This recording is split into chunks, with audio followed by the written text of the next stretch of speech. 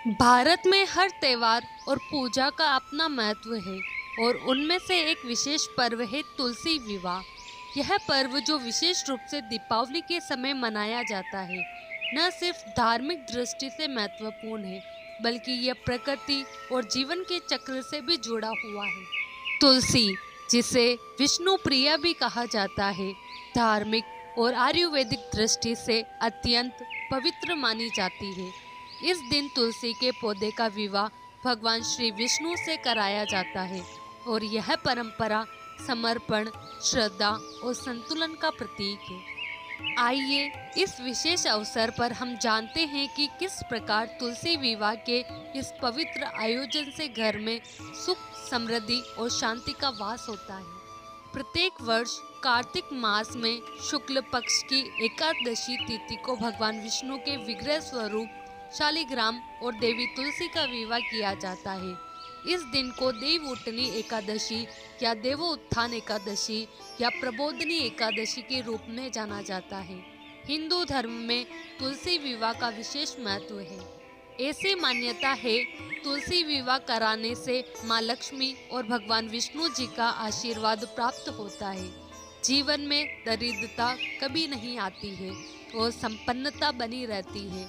तुलसी विवाह से ही हिंदू धर्म में होने वाले सभी शुभ कर्मकांड प्रारंभ होने लगते हैं। प्रबोधिनी एकादशी के दिन देवी तुलसी के ऊपर लाल चुनरी ओढ़ाए, भगवान विष्णु को पीले वस्त्र पहनाए। अगर घर में शालिग्राम है तो उन्हें पीले वस्त्र में लपेटकर तुलसी की जड़ में रखें और एक वस्त्र से दोनों का गठबंधन करवाए। तुलसी से लेकर पूजा घर तक का रास्ता साफ करके उस पर रंगोली सजाए। तुलसी संग भगवान विष्णु की पूजा करें, भगवान विष्णु की आरती और तुलसी माता की आरती करें। तुलसी की जड़ में घी के दीप जलाए। हिंदू धर्म में सभी मांगलिक कार्यों की शुरुआत गणेश जी की स्तुति के साथ होती है, इसलिए विवाह की प्रक्रिया शुरू करने से पहले गणेश भगवान की स्तुति जरूर करें। तुलसी विवाह कथा। देवउठनी एकादशी के पावन दिन भगवान शालिग्राम और माता तुलसी का विवाह किया जाता है। हिंदू धर्म में इस दिन का बहुत अधिक महत्व होता है। धार्मिक मान्यताओं के अनुसार भगवान शालिग्राम और माता तुलसी का विवाह करने से वैवाहिक जीवन सुखमय हो जाता है। इस पावन दिन विधि विधान से पूजा अर्चना कर व्रत कथा पढ़नी चाहिए। जलंधर नाम का एक पराक्रमी असुर था, जिसका विवाह वृंदा नाम की कन्या से हुआ। वृंदा भगवान विष्णु की परम भक्त थी और पतिव्रता थी। इसी कारण जलंधर अजय हो गया। अजय होने पर जलंधर को अभिमान हो गया और वह स्वर्ग की कन्याओं को परेशान करने लगा। दुखी होकर सभी देवता भगवान विष्णु की शरण में गए और जलंधर के आतंक को समाप्त करने की प्रार्थना करने लगे। भगवान विष्णु ने अपनी माया से जलंधर का रूप धारण कर लिया और छल से वृंदा के पतिव्रत धर्म को नष्ट कर दिया। इससे जलंधर की शक्ति क्षीण हो गई और वह युद्ध में मारा गया। जब वृंदा को भगवान विष्णु के छल का पता चला तो उसने भगवान विष्णु को पत्थर का बन जाने का श्राप दे दिया। देवताओं की प्रार्थना पर वृंदा ने अपना श्राप वापस ले लिया, लेकिन भगवान विष्णु वृंदा के साथ हुए छल के कारण लज्जित थे। अतः वृंदा की श्राप को जीवित रखने के लिए उन्होंने अपना एक रूप पत्थर रूप में प्रकट किया, जो शालिग्राम कहलाया।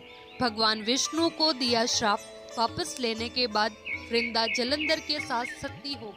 वृंदा के राग से तुलसी का पौधा निकला। वृंदा की मर्यादा और पवित्रता को बनाए रखने के लिए देवताओं ने भगवान विष्णु के शालिग्राम रूप का विवाह तुलसी से कराया। इसी घटना को याद रखने के लिए प्रतिवर्ष कार्तिक शुक्ल एकादशी यानी देव प्रबोधनी एकादशी के दिन तुलसी का विवाह शालिग्राम के साथ कराया जाता है।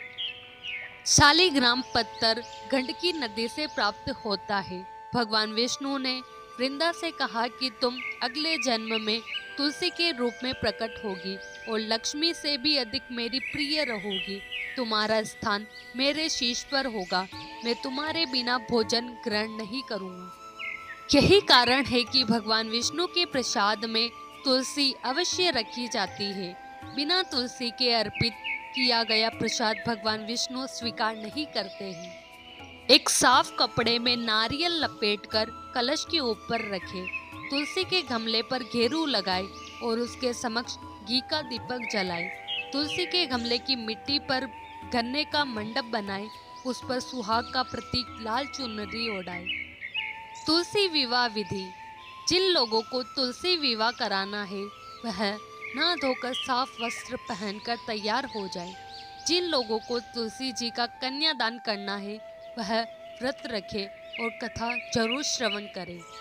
शुभ मुहूर्त में तुलसी के पौधे को आंगन या घर की छत पर किसी चौकी पर स्थापित करें। एक दूसरी चौकी ले जिस पर शालिग्राम को स्थापित करें।